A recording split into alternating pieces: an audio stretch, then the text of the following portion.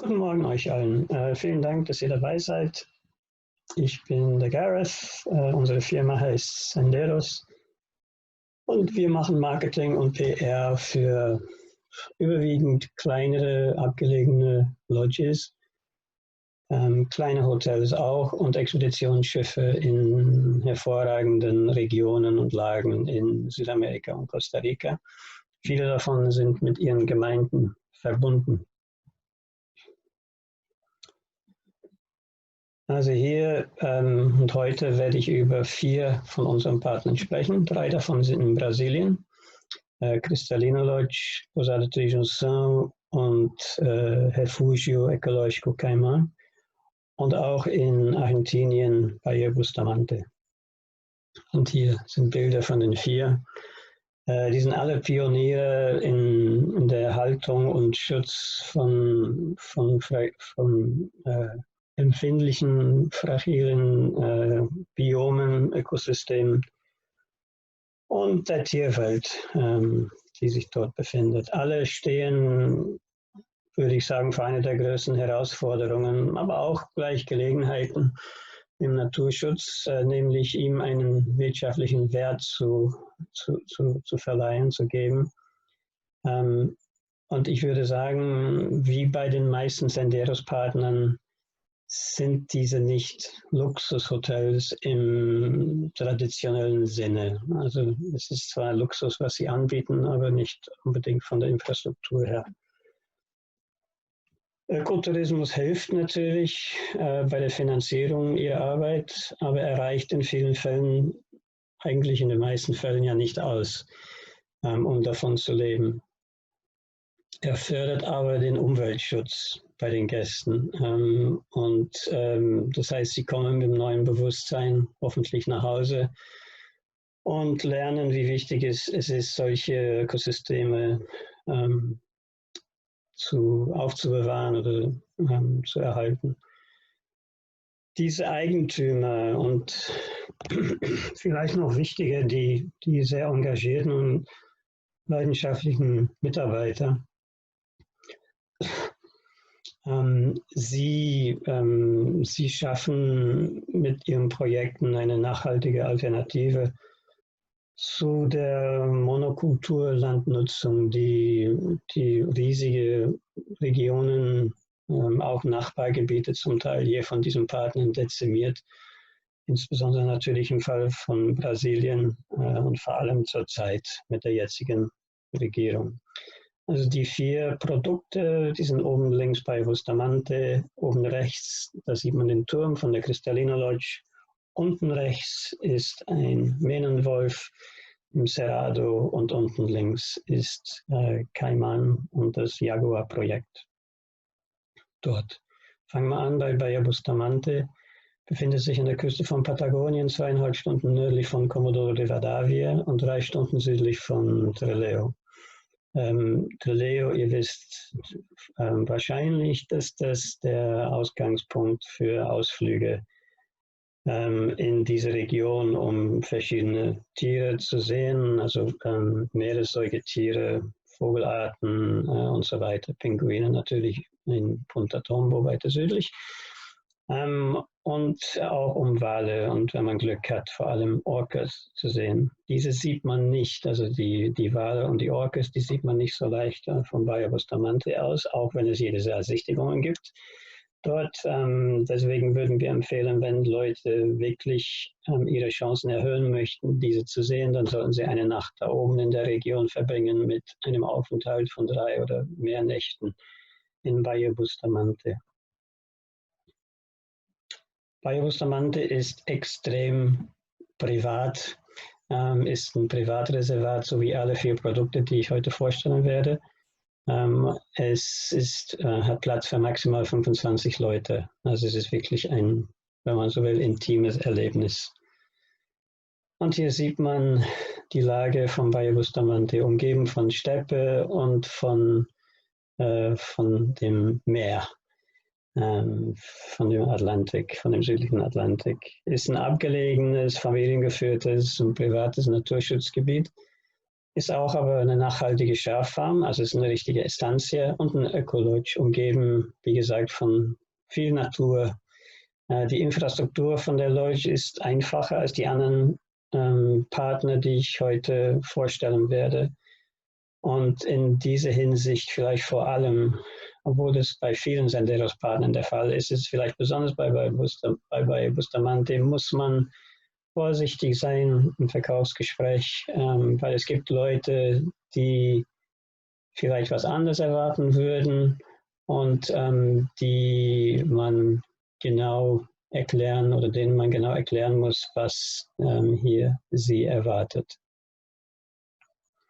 Wie überall in Patagonien zu dieser Jahreszeit zwischen Oktober und April, in dieser Zeit hat die Lodge auf.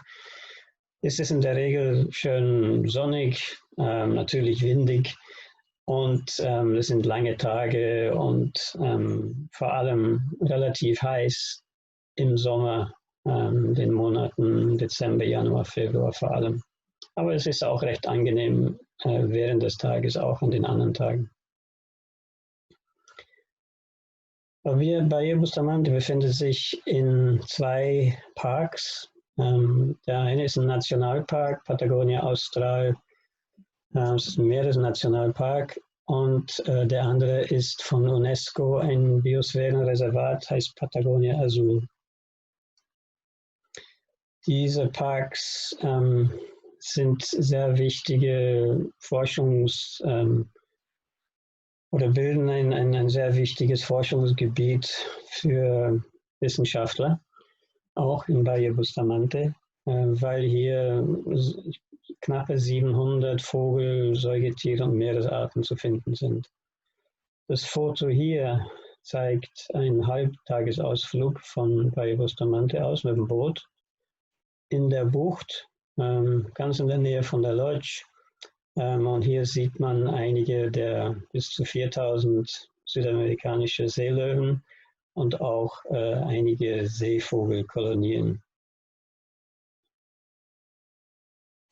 Bahia Bustamante wurde vor einigen Jahren von der New York Times als Argentiniens geheime Antwort auf die Galapagos-Inseln beschrieben. Da es nur wenige Orte gibt auf der Welt mit einer solchen Vielfalt an Seevögeln und Meeressäugern. Im Gegensatz aber zu Galapagos gibt es, wie gesagt, in der Bahia Bustamante sehr wenig Leute und das ist wirklich einer der Hauptverkaufspunkte von Bahia Bustamante. Man hat sehr viel Natur, man sieht sehr viel von der Natur und man teilt es mit sehr wenigen Leuten. Das heißt, es ist nicht stressig, man wird nicht schnell vorangetrieben, weil eine Schlange von anderen Leuten hinter einem steht. Das ist, wie einige von euch vielleicht schon wissen, wirklich ein großer Vorteil von Privatreservaten. Also Bahia Bustamante ist ein sogenanntes IBA, das ist ein wichtiges Vogel- und Biodiversitätsgebiet, ist von laut BirdLife International, auf Englisch heißt es ja ein Important Birding Area. Und sie haben in Bahia Bustamante selber 125 bisher identifizierten Vogelarten. Unter anderem Silberreihe, Austernfische, Kormorane, Flamingos, Schneidenschnäbel und viele anderen, wobei ich die Namen auf Deutsch nicht weiß, nicht alle auf jeden Fall. Sie haben auch aber Steppentiere, so wie diese Maras, Rehes oder Nandus heißen sie auf Deutsch, kleinere Guanacos und graue Füchse. Wir haben aber auch, als ich da war, jetzt im letzten Oktober, haben wir auch Gürteltiere und Stinktiere gesehen, unter anderem. Die Ausflüge finden in dieser Region auf der Karte statt. Mit dem Fahrrad, mit dem Boot oder mit dem Geländefahrzeug oder zu Fuß. Je nachdem, was man für ein Paket bucht, kann man auch einige, nicht viele, aber man kann einige selbst geführt machen. Aber die Ausflüge sind auf diese Peninsula Gravinha, die man hier sieht, wo ein paar schöne Strände sind, vor allem dieses Playa d'Amor, was ich euch nachher zeigen werde. Und auch in der Bucht ist diese Halbinsel Isla Pinguino. Und dann sind auch dazwischen sind einige Inseln, Vernacci, wo man auch einige sieht. Dazu gleich mehr. Und mit einem solchen Auto ist man unterwegs, das heißt, es sind keine modernen Luxus-Geländefahrzeuge. Das passt ganz gut zu bei Bustamante. Die Autos, die Land Rovers sind älter, aber die funktionieren ganz gut und deswegen werden sie ja, warum soll man die ersetzen, wenn sie noch ganz gut sind? Das gehört zu ihrer Philosophie, also alles sehr nachhaltig, alles ist wirklich durchdacht, wird nichts verschwendet. Und das gehört zu dem Charme, würde ich sagen, zum Reiz von Bayer Bustamante. Bei allen Ausflügen gibt es ein Picknick mit leckeren Imbissen. Dazu nachher ein bisschen mehr. Also wir haben ja gesehen, wo diese Penguininsel ist. Sehr wichtig zu sagen ist, das ist so wie bei Punta Tombo, sieht man die Pinguine, je nach Jahreszeit mit den Eiern oder mit den Kleinen. Aber hier, wie gesagt, es sind sehr wenig Leute. Man hat sehr viel Zeit dort. Natürlich darf man nicht zu nah ran, aber das machen sie auch sehr vorsichtig dort. Sie sind sehr gewissenhaft, die Führer. Aber man hat diese Gelegenheit, sich die Tiere in Ruhe anzuschauen. Was man allerdings hier hat, was man bei Punta Tombo nicht hat, ist, dass man sie auch vom Boot aus sieht. Und sie schwimmen ja unter und um das Boot herum. Und das heißt, die sind ja richtig spielehaft, oder wie sagt man das, spielerisch da. Und das ist dann auch ein anderes Erlebnis. Und man sieht sie sowohl im Wasser als auch an Land, wie gesagt, bei Bustamante. Ups, das Bild habe ich zweimal gehabt, Entschuldigung. Reiten ist nicht inbegriffen, kann aber vor der Ankunft gebucht werden. Zum Beispiel hier am Playa del Amor, diese Gravina-Halbinsel. Da gibt es auch kleine Becken, wo man schwimmen kann. Oder in der Sonne oder die Sonne genießen kann. Es gibt aber auch hinter bei Bustamante, also 25 Kilometer entfernt, gibt es einen versteinerten Wald, wo man mit einem Geländefahrzeug hinfährt und ist halt eine Reise in die Vergangenheit, weil dieser Wald ist angeblich 60 Millionen Jahre alt. Und man sieht hier versteinerte Bäume und kleine Holzstücke in ganz interessanten Farben, so wie hier. Ist wirklich ein Besuch wert. Und wieder, es gibt auch versteinerte Wälder sonst wo, auch in Argentinien, auch in Patagonien, aber nicht mit wenigen Leuten oder nicht ohne Leute. Ja. Sie haben auch, wie gesagt, es ist eine Estancia, sie haben ein Schafzucht und da kann man auch einen Halbtagesausflug dorthin machen. Da lernt man über die nachhaltige Produktion. Dort, sie haben ganz tolle Sonnenuntergänge, Sonnenaufgänge und Sternenhimmel und dann zur Lodge selber. Hier sieht man vorne die öffentlichen Gebäude, also ganz links die Seekabinen und rechts noch zwei, die heißen Standardzimmer, die 4 links, die sind Superior-Zimmer. Und dahinter sind 4 Steppzimmer und sie sind etwas einfacher mit Blick nach hinten, also nicht zum See, obwohl 2 von denen haben auch zum Meer, Entschuldigung. Ansonsten, man sieht hier eigentlich ein Dorf und dieses Dorf war mal eine Meeresalgensiedlung. Sie werden auch noch verarbeitet, die Algen, aber nicht im gleichen Maße wie in den 50er und 60er Jahren, als 400 Familien dort gelebt haben. Das heißt, sie haben da auch eine Kirche gebraucht, eine Schule, Polizeiwache und Geschäfte. Und die Straßen sind witzigerweise nach Algen benannt. Die Lodge wird hauptsächlich oder überwiegend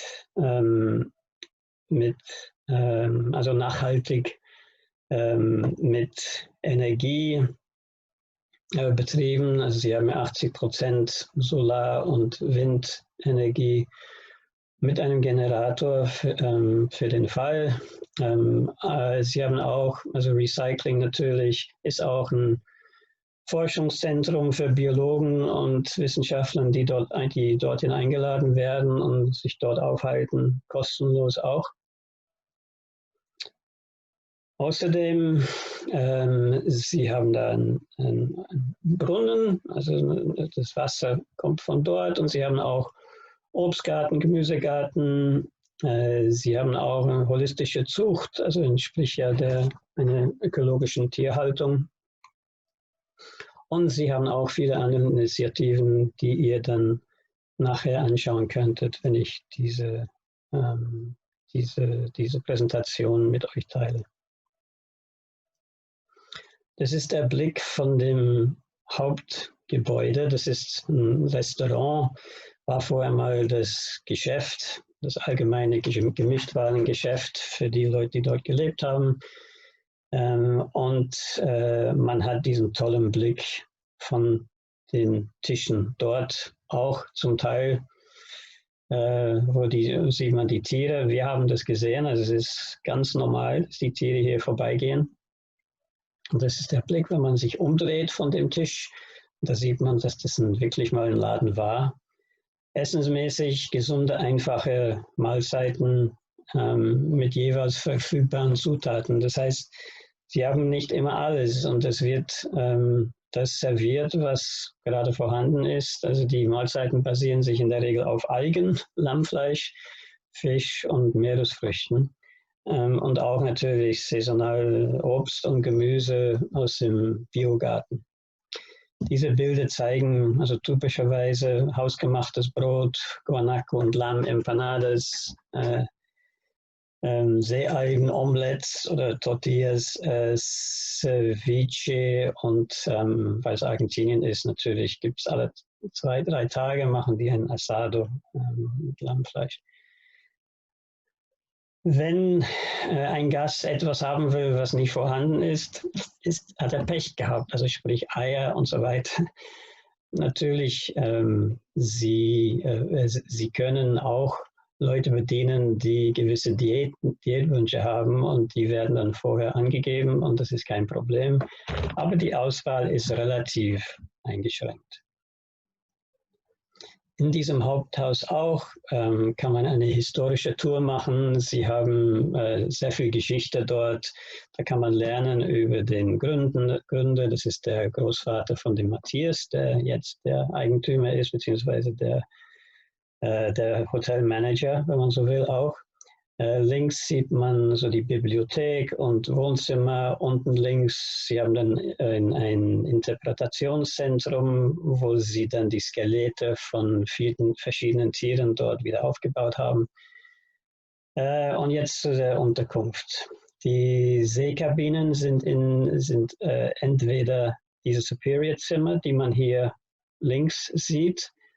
Es gibt 4 davon, die sind sehr bequem auch. Und es gibt hier neben dem rechts, wie ihr seht, neben dem Restaurant gibt es rechts ein Gebäude, wo 2 zusätzliche Standardzimmer sind mit Verbindungstür.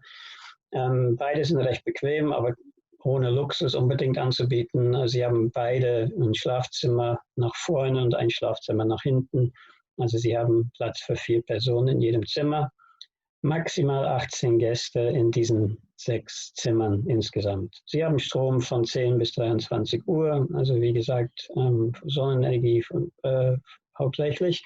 Und Sie haben auch dann so ein Notlicht für die Nacht, wenn man dann aufstehen muss. Sie haben auch diese einfacheren oder diese günstigeren Kabinen nach hinten. Die anderen Zimmer, hätte ich sagen sollen, also die 6 Seekabinen, die werden mit Unterkunft, also mit Mahlzeiten, also mit Vollpension und mit Aktivitäten verkauft. Diese hier, die Steppkabinen, sie sind ohne Verpflegung, also so ohne Mahlzeiten und ohne Aktivitäten. Diese können aber zusätzlich gebucht werden. Die sind hauptsächlich für Leute, die unabhängig sein wollen, vielleicht einmal während des Aufenthaltes einen Ausflug mit Führer machen möchten, ansonsten eigentlich ihre Ruhe haben wollen. Sie können aber auch im Restaurant essen, wenn sie möchten. Das müssen sie halt noch vorher angeben. Oder sie können in den Häuschen selber essen, mit Essen, was sie mitgebracht haben. Wichtig ist zu sagen, dass das nächste Dorf, das nächste Geschäft ist 90 Kilometer entfernt. Und das ist der Eigentümer Matthias in der Mitte mit seiner Frau Astrid und mit Maria rechts. Sie ist seit einem Jahr dort und ist leidenschaftlich dabei. Sie sind unheimlich nett, freundliche Leute und sehr authentisch. Also ich würde sagen, die Lodge ist oder spiegelt den Charakter von dem Matthias da und wie gesagt, sehr authentisch, sehr viel Charme. Okay, dann komme ich dann weiter jetzt. Wir ziehen jetzt nach Brasilien und zwar im Amazonasgebiet, im südlichen Amazonasgebiet, im Bundesstaat Mato Grosso, an der Grenze zu Pará, also ganz nach Norden. Und diese Region ist besonders stark gefährdet, wie einige in Brasilien, wegen Abholzung, Amazonas, Dürren, Brände, Straßen- und Bergbau, Holzeinschlag, Bergbau, Sojabohnenanbau, Viehzucht und so weiter. Ursprünglich war diese Lodge eigentlich für Vogelbeobachter, als es mal ein Backpacker-Camp war am Fluss. Inzwischen haben sie das ausgebaut und das ist, würde ich sagen, eine der schönsten und bequemsten Lodges im ganzen Amazonas und auf jeden Fall in Brasilien. Und es ist ein Privatreservat auch wieder, über 11.000 Hektare. Und sie haben, man kommt dorthin vom Pantanal aus, weil es eben im Süden ist, vom Amazonas kommt man vom Pantanal aus hin, von Cuiabá, von der Stadt im nördlichen Pantanal, das dauert eine Stunde. Und dann am frühen Nachmittag fliegt man weg von Cuiabá und so circa um 4 Uhr nachmittags ist man dann in der Lodge. Diese Region ist besonders artenreich, sogar für das Amazonas, und ist mitten im Flusssystem vom Amazonas, sind sehr wichtige Flüsse um dieses Cristalino-Reservat herum. Und das ist auch einer der Gründe, warum diese Region so artenreich ist. 6 verschiedene Waldarten, von immergrün bis überflutet. Die Nähe zum Pantanal und zum Cerrado, Entschuldigung, heißt, dass es sehr viele Tier- und Pflanzenarten von allen 3 Ökosystemen gibt. Dadurch, dass das Amazonasgebiet hier um einiges höher ist, also die Lodge liegt bei 250 Meter und die Ausflüge gehen bis 450 Meter hinauf, ist natürlich ein Grund, warum so viele verschiedene Arten hier sind. Natürlich in jeder Höhe gibt es unterschiedliche Spezien. Diese wichtigen Flüsse, die praktisch eine Barriere bilden, ist ja ganz wichtig. Die Eigentümerin, die Vittoria, die das gegründet hat, vor über 20 Jahren jetzt, hat mir damals erzählt, dass es Vogelarten gibt, die nicht über die Flüsse fliegen. Das ist auch ein Grund, warum es endemische Spezien gibt, like Cristalino. Und so schaut es aus, wenn man dorthin fährt. Man kommt nur mit dem Boot dorthin, also der Transfer, der dauert 1,5 Stunden, zuerst mit dem Auto und dann mit dem Boot. Man biegt dann hier links von dem braunen Teles Pires in den schwarzen Cristalino-Fluss hinein. Es erinnert ein bisschen an diesen Encontro das Aguas, Zusammenflusses vom Rio Negro und Solimões, weiter nördlich in der Nähe von Manaus. Ist hier natürlich also etwas kleiner, das Ganze. Und die Lodge, die befindet sich auf diesem Fluss, ganz einsam, sonst nichts in der Region, nichts. Man besucht keine Indianervölker oder Indianerdörfer. Es geht hier nur um die Natur bei den Ausflügen. Und wichtig ist bei den schwarzen Flüssen, dass ja man nicht so viele Moskitos hat. Das wisst ihr vielleicht. Also ich zeige euch jetzt nur schnell ein paar Bilder, um zu zeigen, wie artenreich diese Region ist. 600 Vogelarten haben sie, 50% alle Vogelarten vom Amazonas, ein Drittel alle Vogelarten in Brasilien. Sehr viele Säugetiere auch. Es heißt ja nicht, dass man diese alle sieht. Natürlich, am Amazonas ist es relativ schwer wegen der ganzen Vegetation.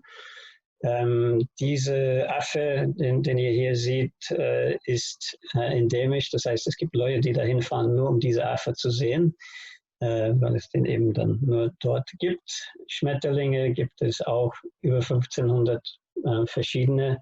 Ich habe keine Bilder hier gezeigt von Amphibien, von Reptilien, von Pflanzen. Also es gibt wirklich sehr viel hier zu sehen. Bei den Tieren, die sehen einen, man sieht sie nicht unbedingt, aber die sind dort. Trotzdem sieht man einiges. Und hier würde ich sagen, mehr als bei den meisten Regenwald Lodges, eben wegen dieser Region. Also bei den Ausflügen, wie gesagt, man geht entweder mit einem Birdwatching Guide, also mit einem Vogelspezialisten, was man vorher angeben muss, bevor man dahin fährt, oder mit einem allgemeinen Naturführer. Diese Ausflüge sind in der Regel in der Nähe von der Lodge, sind 3 oder 4 Stunden lang und relativ leicht. Es gibt aber auch welche, die weiter oben sind, also bis 450 Meter, die sind anstrengender, aber auch machbar. Man kann das natürlich alles vorher mit dem Führer abklären. Cristalino, die machen auch Workshops und Sonderprogramme, Fotografie und Studienreisen, Yoga. Das auf Anfrage. Also kann euch eure DMCs oder Incoming-Agenturen oder ich kann euch das sagen, wann und wo diese stattfinden. Sie haben 2 Türme, sehr wichtig natürlich für Vogelbeobachter vor allem. Sie haben 2 davon. Kanufahren wird angeboten. Sie haben auch ein Deck für Leute, die dann zwischen den Ausflügen, also diese finden in der Früh statt und am Nachmittag und dazwischen entweder schläft man im Zimmer oder man kann hier auf dem Deck schwimmen oder in der Nähe davon schwimmen und hier sich ausruhen oder in der Sonne liegen. Zu den Zimmern, sie haben 18 insgesamt, sehr komfortabel. Die billigste Kategorie zeige ich hier nicht, das ist ein Standardzimmer, aber für $60 pro Person die Nacht mehr hat man ein wesentlich besseres, also schöneres, größeres Zimmer. Sehr raffiniertes Belüftungssystem, also keine Klimaanlage hier. Und sie haben diese Fenster, sind nicht unbedingt aus Glas, einige sind aus Gitter, dass die Luft dann durchkommt. Und im Dach ist auch so ein raffiniertes System eingebaut. Das hier sind die Superior-Zimmer. Wer es wirklich luxuriös haben will, 3 Kategorien weiter sind diese Bungalows mit Außenbadewanne. Die Superior-Zimmer haben schon Innen- und Außendusche, das reicht vollkommen. Aber für Leute, die es noch komfortabler haben möchten, gibt es auch diese anderen Möglichkeiten. Also die Saisons ist ja bekannt, am Amazonas ist es sehr heiß, in ihrem Sommer noch heißer. Da regnet es auch vor allem in dieser grünen oder Regenzeit von Dezember bis Mai. Also es kann viel regnen und dann auf einmal hört es auf, nach ein paar Stunden blauer Himmel natürlich. Man sieht das ganze Jahr über Verschiedenes, aber die klassische Zeit, wo man etwas mehr an den größeren Säugetieren sieht, ist eben von Juni bis November. Deswegen lässt sich diese Region sehr gut mit dem Pantanal verbinden, was ja nicht so weit entfernt ist. Man sieht, in dieser Zeit ist es nachts relativ frisch. Das merkt man auch, obwohl es nur 16 Grad kalt wird. Man merkt, dass es relativ kalt wird, nachdem das tagsüber bis 34, 35 Grad war. Sie haben auch sehr viele wichtige Programme, vor allem verbunden mit ihrer Stiftung dort, ohne dass ich zu sehr ins Detail gehe. Aber diese Lodge hat viele Preise gewonnen. Wir haben eine enge Zusammenarbeit mit Kew Gardens hier in London. Und diese Links führen dann zu Beschreibungen von den verschiedenen Projekten. Das war's, dann gehen wir ja weiter südlich jetzt. Cayman ist die eigentlich so ziemlich eine der ersten, wenn nicht die erste Lodge am Pantanal. befindet sich 4 Stunden von Campo Grande entfernt, von dem Flughafen dort, oder 50 Minuten zu Fuß, 50 Minuten mit dem Flugzeug entfernt von Campo Grande aus.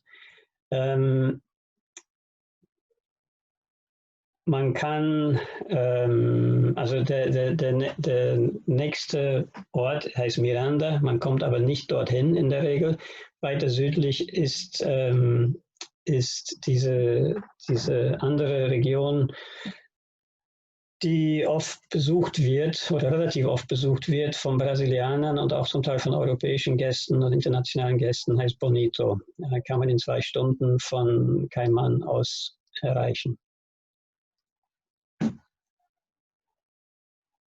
Also Cayman, Refugio Ecologico Cayman, ist eigentlich eine Rinderfarm. Die haben auch seit Jahren, also seitdem der jetzige Eigentümer das von seinen Eltern übernommen hat, geht es hier auch genauso um Naturschutz und auch Ökotourismus. Hier sieht man Kaimane und Capibaras ganz in der Nähe von dem Haupteingang eigentlich bei Cayman.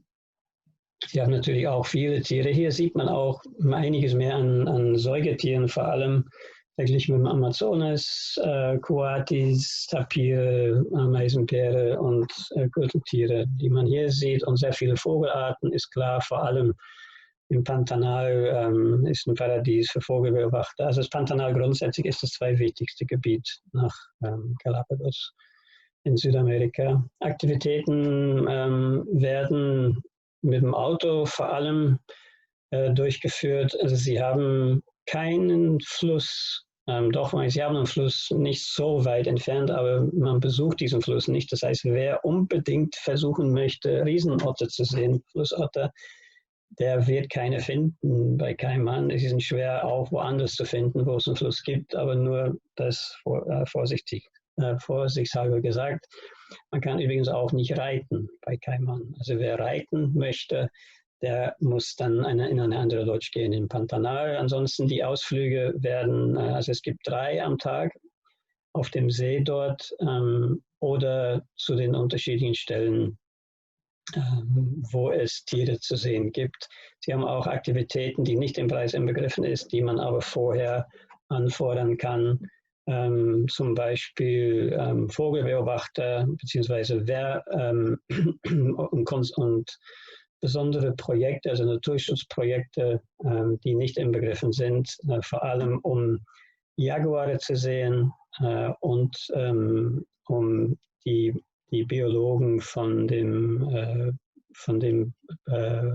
Projekt, das sich um die blauen Aras kümmert. Also hier sieht man Bilder von On Safari. Das ist eine Institution oder ein Institut, heißt es, glaube ich, in Brasilien, also ein NGO heißt es auf Englisch, also nicht für Gewinn. Und sie haben ein Habituierungsprojekt, auch aber ein Projekt, um Tiere, verletzte Tiere zum Beispiel wieder auszubilden, glaube ich, sagt man. Und auch um einiges mehr, da komme ich gleich dann dazu. Man kann Ganztagestouren oder Mehrtagestouren mit ihren buchen, wobei es dann die ganze Zeit darum geht, mit Spezialführern Jaguare anzuschauen. Letztes Jahr haben 98% aller Besucher diese Jaguare gesehen.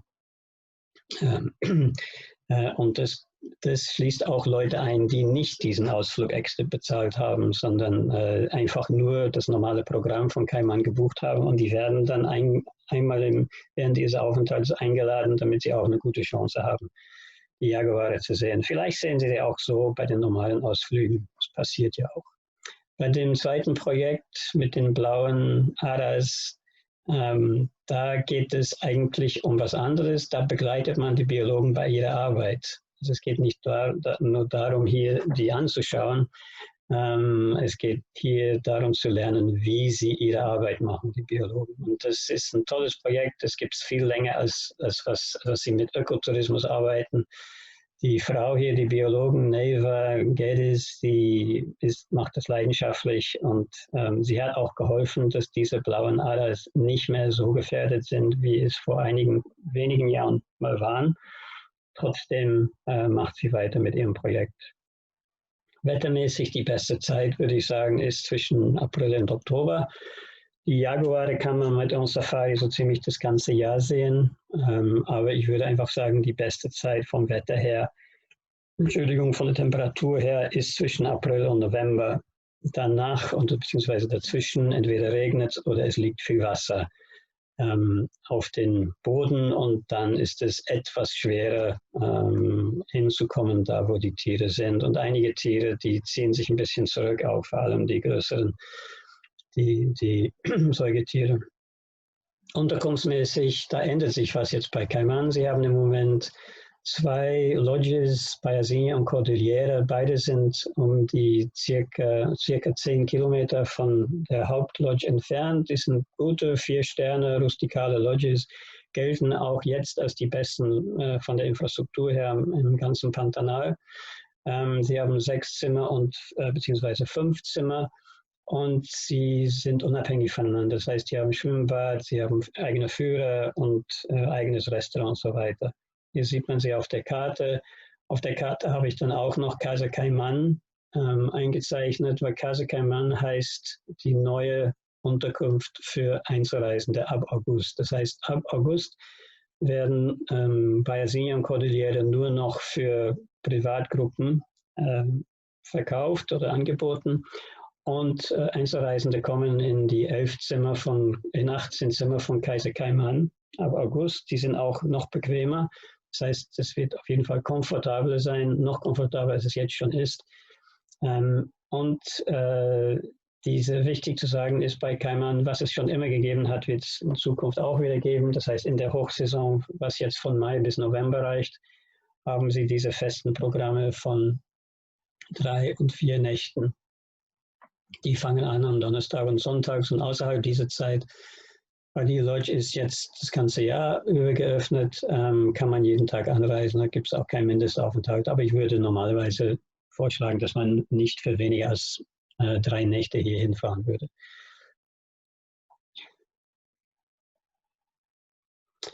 Und die haben eine neue Nachsaison mit neuen, günstigeren Preisen ab Dezember bis April.